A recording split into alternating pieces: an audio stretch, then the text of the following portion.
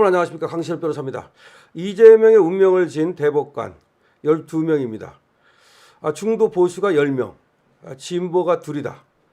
그래서 헌법재판소하고는 좀 다르다라는 말이 나오는데요. 물론 이것이 결과로 이어질지는 모르겠습니다만, 일단은 법원행정처장을 제외한 13명 중에서 노태하게 회피를 함으로써 12명인데 12명의 면면을 보면은 중도 보수 인사가 10명, 진보 인사가 2명으로 평가가 된다. 27일 법조계에 따르면 대법원 전환 합의체는 조희대 대법원장을 포함해서 14명의 대법관 중 재판 업무를 하지 않은 법원행정처장이 일단 빠지고, 그다음에 중앙선거관리위원장을 겸직하고 있는 노태학이 이번에는 빠지고, 그래서 12명이 심리하게 되는데, 재판장은 대법원장 조희대가 맡고 주심은 박영재 재판관이 맡는다, 이렇게 돼 있죠. 그래서 일단은 가장 후임부터 자기의 의견을 말하고, 그래서 나중에 이제 만약에 6대5가 되면 관례적으로 대법원장은 다수 쪽의 편을 들어줘서 7대5로 이런 식으로 이제 최종 결정을 내리게 된다. 12명의 대법관 중 10명은 중도 보수, 2명은 진보 성향으로 평가가 되는데, 조 대법원장, 오석준 대법관은 보수, 서경환, 권영준, 엄상필, 신숙희, 노경필, 박영재, 이수견, 마용주 대법관은 중도가 굉장히 많죠. 이흥구, 오경미 대법관은 진보로 분류가 된다. 지난 2024년 11월 윤석열 전 대통령이 지명한 조희대 대법원장은 보수 성향의 원칙주의자로 통한다. 2020년 1월 김기춘 전 대통령 비서실장과 조윤선 전 청와대 정무석의 문학의 블랙리스트 상고심에서는 무죄 취지 의견을 내며 문재인 정부 청와대를 우회적으로 비판한 바 있다. 오석준 대법관은 윤 전 대통령과 사법시험을 함께 준비하는 등 친분이 두터운 것으로 알려져 있다. 이로 인해 2023년 대법원장 후보자로 거론되기도 했다. 과거 800원을 횡령한 버스 기사의 해고가 정당하다는 판결 등을 내리면서 대표적인 보수 성향의 법관으로 인식됐다. 오석준은 보수라는 겁니다.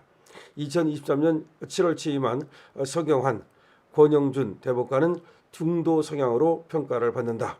당시 서경환, 권영준 대법관의 합류로 대법원 전원 합의체는 진보와 중도 보수 구도가 7대6에서 6대7로 바뀐 바 있다. 그러니까 이제 보수가 더 많아졌다는 거죠. 이때 두 대법관은 취임 때부터 사회적 약자 등 소수의 목소리를 강조해왔다는 것이죠. 박영재 대법관은 형사재판에서 무죄추행 원칙과 공판 중심주의 실현을 강조해왔고, 지난해 12월 허영인 SPC 그룹 회장의 배임 혐의 사건에서 주심 대법관으로서 무죄를 확정했던 적이 있다. 엄상필 대법관은 형사법 전문가로서 영장주의와 적법 절차 원칙을 강조하는 판결을 다수 남겼다. 대법관 임명 뒤엔 조국 혁신당 대표의 입시 비리 사건에서 징역 2년을 확정한 상고심 주심을 맡았다. 신숙희 대법관은 약 28년간 다양한 사건을 선고하며 사회적 약자 보호에 힘썼다. 젠더법 연구의 활동을 통해 법원 내 성평등 및 성인주의 교육 확대에 기여를 했다는 것이죠. 노경필 대법관은 대법원 재판연구관으로 근무하면서 헌법, 행정법 사건을 다수 다뤘고 행정법 분야 전문성으로 인정받았다. 최근 손중성 대구고검 차장검사의 고발사주 의혹 사건 주심을 맡아 무죄를 확정했다. 이수견 대법관은 이공계 출신으로 포항공대 재학 중 포항제철에 근무한 경험이 있다. 2011년 서울중앙지법 여성 첫 영장 전담 판사로서 디지털 증거 압수수색 기준을 합리적으로 제시했다. 가장 최근 임명된 마용주 대법관은 대법원에서 윤리감사관, 수석재판연구관 등을 역임하며 상고사건 조사 연구 능력을 높이 인정받은 바 있다. 자, 이렇게 이제 각각의 대법관이 어떤 사람인지를 말씀을 드렸습니다. 근데 성향과 판결이 꼭 동일하지는 않자. 그러니까 보수 중도라 해서 보수 쪽으로 판결하고, 진보라 해서 반드시 진보 쪽으로 판결하고, 그런 건 아니다. 예를 들어서 문재인 전 대통령이 임명한 이흥구, 오경미 대법관은 진보 성향으로 평가가 되는데, 두 대법관은 진보 성향 법관 모임에서 활동한 이력이 있다. 특히 이흥구 대법관은 국가보안법 위반 혐의를 유죄를 선고받은 전력이 있어 임명 당시 주목을 받게 됐다. 그러니까 대법관이 말이죠. 전과가 있다는 얘기죠. 국가보안법 위반 혐의로 유죄를 선고받은 전력이 있어서 대법관 임명 당시 문제가 됐다.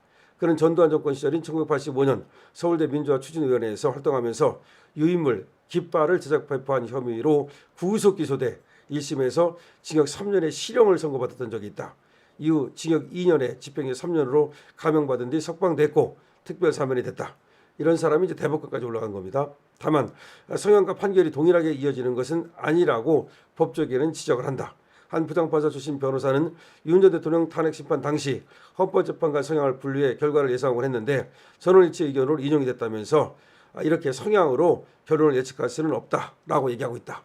자, 그러면 결국은 제가 지금 쭉 대법관들에 대해서 말씀을 드렸습니다. 그래서 12명이 이번 재판에 들어가는데 그중에서 10명이 중도 보수로 2명이 진보로 분류가 된다. 그렇지만 헌법재판소에서 봤듯이 우리가 뭐 중도 보수 성향이라고 해서 그렇게 뭐 판결이 나느냐, 그건 아니다.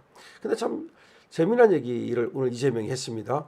이재명이 뭐라고 말했냐면 자기는 상고심을 걱정하지 않는다. 자기가 상고심에서 유죄가 될 것을 걱정하는 것은 마치 교통사고 날까 봐 걱정하는 것과 같다. 이게 무슨 말입니까? 이재명은 무슨 그렇게 자신이 있어서 지금 상고심을 걱정하지 않는다고 말하는 겁니까? 지금 대법원을 협박하는 겁니까? 자기가 지금 민주당의 대선 주자가 되니까 지금 보이는 게 없는 겁니까? 참 이해할 수가 없습니다. 만약에 대법원이 말이죠. 정말 모든 논리를 지금 거세하고 이재명의 저런 어떤 압박성 발언에 지금 엮여서 말하자면 무죄를 선고한다면 글쎄요. 그 후폭풍을 어떻게 감당할지 모르겠습니다. 물론 이재명이 뭐 대통령 돼가지고 만약에 뭐 찍어 눌러서 몇 년 동안은 그게 될지 모르지만 결국은 나중에 그게 터져 나올 텐데 안 터진다고 생각합니까? 다 터져 나옵니다. 그리고 권력은 유한한 거예요. 이재명이 말했듯이 권불 5년이야. 대통령 그래봤자 5년이야. 윤석열 대통령은 5년도 채우질 못했어요. 그걸 알아야지. 그러니까 이 대법원에서 명심해야 될 것은 법대로 만약에 판결 안 하고 이 권력에 따라가는 그런 판결을 할 때 지금 이재명이 뭘 믿고 저렇게 권력 내가 5년 잡았다. 글쎄요. 권력 잡는다고 그래가지고서 오히려 그게 불행의 씨앗이 될 걸 모르는가 보죠. 그래서 대법원도 지금 법에 따라서 원칙대로 판단을 해야 됩니다. 더군다나 중도 보수가 10명이나 있는데 이걸 무죄를 준다? 글쎄 저는 상상하기 어렵습니다. 이재명은 이걸 갖다가 자기가 유죄 받을 거는 그런 확률은 말하자면 교통사고 날 확률과 같아서 걱정 안 한다 이런 말인데 정말 그럴 수 있는 거예요?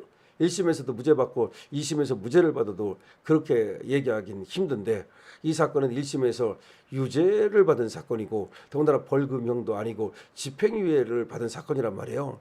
그만큼 중하게 봤다는 얘기입니다. 그만큼 한성진 부장판사가 자신이 있다는 말이에요. 그런데 이게 2심에 가서 뒤집힐 거라고는 아마 한성진 부장판사는 전혀 예상하지 못했을 거예요.